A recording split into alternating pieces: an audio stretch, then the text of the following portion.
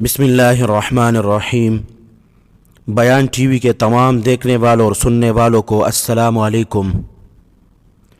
आज आप लोगों के साथ एक सच्चा वाक़या शेयर करते हैं। कुछ दिन पहले मेरे कज़न की बेटी अस्पताल में दाखिल थी। उसकी ज़हनी हालत ठीक नहीं थी। पता चला कि चीखती है, चिल्लाती है और काटती है। 12 साल की बच्ची है। मुझे पता चला तो देखने अस्पताल गया। बच्ची की टांगे और हाथ बंधे हुए थे और वो तड़प रही थी। डॉक्टर साहब से मिला तो बोले कि हिस्टेरिया है। बाप से पूछा तो कहने लगे कि इसको साया हो गया है। वालिदा ने कहा कि इसकी पुप्पो ने जादू करवा दिया है। जितने मुंह उतनी बातें। मैंने बच्ची के पास जाकर उससे प्यार किया और पानी पिलाया। वो बेकरार थी। कहती है मुझे गोलगप्पे खाने हैं। डॉक्टर साहब ने मना किया है कि इसको कोई चीज़ बाजार से नहीं देनी। मेरा माथा ठनका। मैंने पूछा कि बच्ची की ये हालत कब से है। वालिदा ने बताया कि छुट्टियों के आखिरी 20 अय्याम अपने पुप्पो के घर में गई थी। वहाँ से जब वापस आई है तबीयत नासाज है, चिड़चिड़ी से हो गई है। बाहर निकल कर भागती है।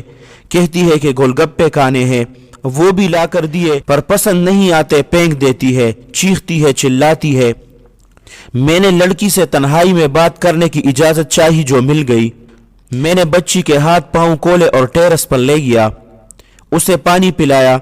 मैंने कहा मुझे अपना दोस्त समझो, जो कुछ हम में बात होगी वो राज रहेगी। मैंने कसम खाई। लड़की को कुछ हौसला हुआ तो कहने लगी आप अपनी माँ की कसम खाएं कि किसी को नहीं बताएंगे। कहने लगी पुप्पो के मोहल्ले में एक गोलगप्पे वाला है जिसके गोलगप्पे मुझे बहुत पसंद है। मेरा कज़न और मैं हम दोनों वो खाने के लिए जाते थे। मैं जब से वापस लौटी हूँ दिल बहुत बेकरार रहता है और जिस्म में जैसे कुछ जल रहा है। मैंने उससे उसकी पुप्पो का नंबर लिया और उसको यकीन दिलाया कि मैं जो कुछ भी कर सका ज़रूर करूँगा। अगले रोज़ मैं उसके पुप्पो के घर गया। रिश्तेदार थी, मेरे बहुत इज्जत की। मैंने उसके बेटे के साथ बाजार तक चलने को कहा। हम पैदल ही शाम को घर से निकले। बातों बातों में मैंने लड़की के हवाले से गोलगप्पों की तारीफ की और यूं हम उस दुकान के केबिन में पहुंच गए। गोलगप्पे मंगवाए गए और खाए भी। बहुत मज़ेदार थे, अलग सा जायका था। खैर मैंने कुछ पैक करवा लिए और साथ ले आया। रात को वापस शहर आया और वो गोलगप्पे एक दोस्त को दिए कि इसको लैब में चेक करा दे। मंशियात वाले इदारे को भी सैंपल दिया। अगले दिन रिपोर्ट आई तो मैं अपना सर पकड़ कर बैठ गया। रिपोर्ट में पता चला कि मसालाजात में हेरोइन मिलाई गई है या हेरोइन जैसी नशा गोलियां मिलाई गई है।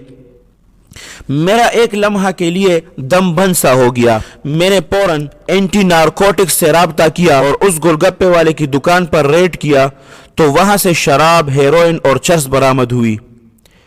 यह बाकायदा एक मंशियात का अड्डा था और गोलगप्पे वाला अपने गोलगप्पों में हेरोइन मिलाकर खिला रहा था। जो लग गए वो यहां से हट नहीं सकते थे।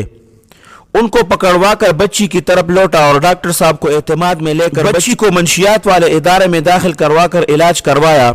अब आए असल मसले की तरफ, और वो ये है कि हमारे बच्चों के साथ ये क्या हो रहा है। स्कूलों के बाहर रेडियो पर और स्कूल कॉलेजों के कैंटीनों पर मोहल्ले में फिरते रेडी वाले हमारे बच्चों के साथ क्या कुछ कर रहे हैं।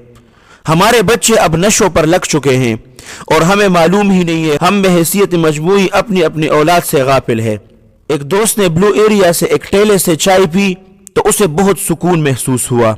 वो 3 माह से जाके उस ठेले से चाय पीता रहा। फिर एक रात उसने न्यूज़ देखी कि जिस ठेले से वो चाय पीता था उसको सिक्योरिटी वालों ने धर लिया है। वो चाय में पोस्त और डोडे वगैरह डालते थे। वो लोग अपने मुनाफे के लिए लोगों की जान से खेल जाते हैं।